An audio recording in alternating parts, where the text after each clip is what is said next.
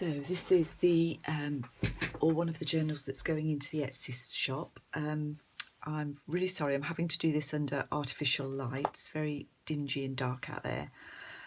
This is one of the Traveller's Notebook sort of eclectic style. It's approximately 8.5 by 4.5. It's using the Stamperia Hortensia collection. I've tied it with a bit of sort of purple sari silk, and I'll take you through it. I've used Tim Holt's book plate, but I've just put a little picture in here, part of the paper. I haven't named it as such. It's quite stiff. I've got fabric on here. It's double cardstock, and there is some Tyvek down the centre of seam as well. So we've got a pocket on the inside cover here. Just make sure, hopefully that's okay. Oh dear, sorry, not doing very well today. We've got a little bit of sari silk here, a 1948 envelope with a little fussy cut. There's little touches of glitter here and there, but it's very subtle. And this is from My Porch Prints collection, I believe. It's a little journal card tucked in there. I chose it to pick up the purples in this really beautiful paper. Got a heart here, a dangle, and then on this side there's a tag that I've put together and a playing card in a little pocket that I've made out of a cigarette card. There's a bit more glitter on this bit here. Not sure if you'll pick that up. A cigarette album tag. There's a little bit of sari silk at the top here. I've used Tracy Fox labels, my usual stenciling, some chiffon silk ruffles here and there. This is a lace pocket with some tags that I've just put together, a little group of tags, some sari silk. And this is an upside down tag made with some botanical imagery there. And I've actually stitched this to some very delicate, I'm not sure this was the best idea I've ever had. This is a little bit of French magazine from 1893. I have reinforced it down here on the where I've stitched it in, but it is really delicate, and I think that this piece here may eventually rip this fold, but you could then use that in another bit of the journal maybe. There we go. So that's the French magazine. This is a 1921 receipt, or part of a receipt. There's a dangle at the bottom. On this side I've done a little pocket and a flower fairy card. This is Edith Holden, and there's an envelope I've put together. There's nothing in it, but it's lined with some vintage glassine. I'm really sorry, I can't get my words out this evening. Okay, this is some fussy cutting. I've added a little bit of subtle glitter there. Another botanical tag. Vintage stamp. This is a little bit of napkin decoupage. This is a birthday card that I've cut down, a vintage birthday card. This piece at the bottom is the message inside from Auntie Lily and Uncle Bert. That's the other side.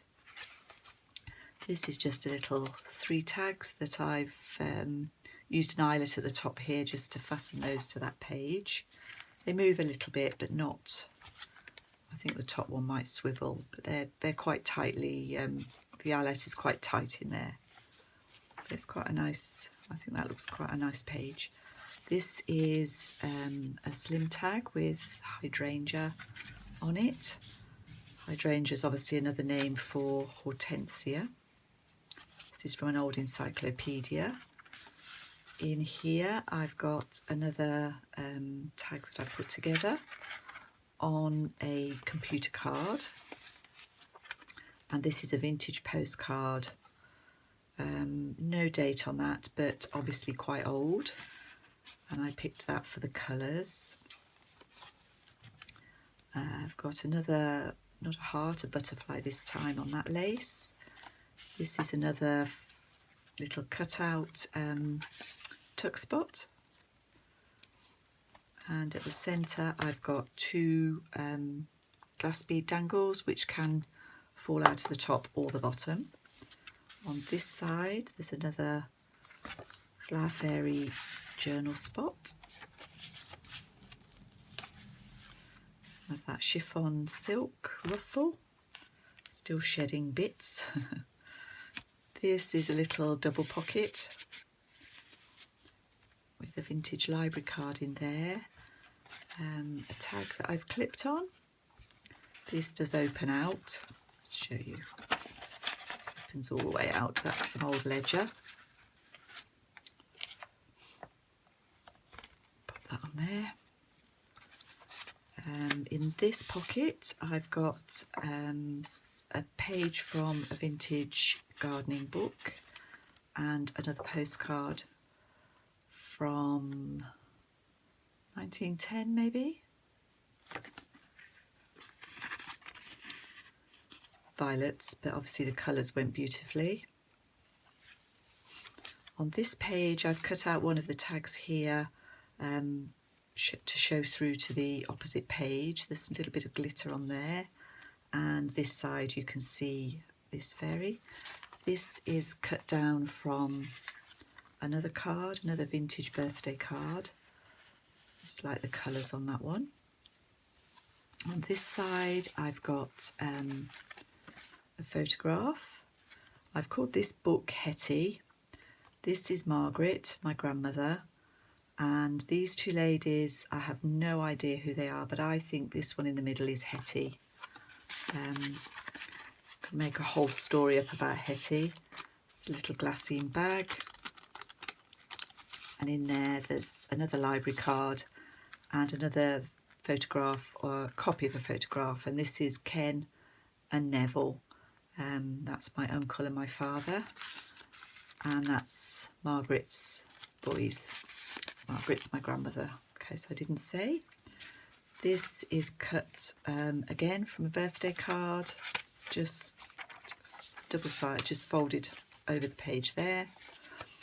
And this is a bit more from that birthday card. Just stuck it all together really to make a journal card and to just look pretty in that page. There's a bit of vintage document here.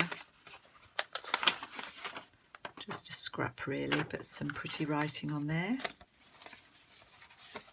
I thought the blues sort of toned in nicely with the other bits of blue I'd got, blue and green that I'd got. This again was cut from that vintage birthday card. And there's another dangle at the bottom of this short page. This is the other side of that receipt, the other side of the French magazine. This folds out, and I've wrapped an envelope from, I think it's the 1960s maybe. There's a couple of tags in there, just cut from a botanical book. Quite a lot in this. There's another envelope and dangle on this page, another heart off this lace. Let's just pop that down like that. And then in the back I've left the scrapbook paper plain.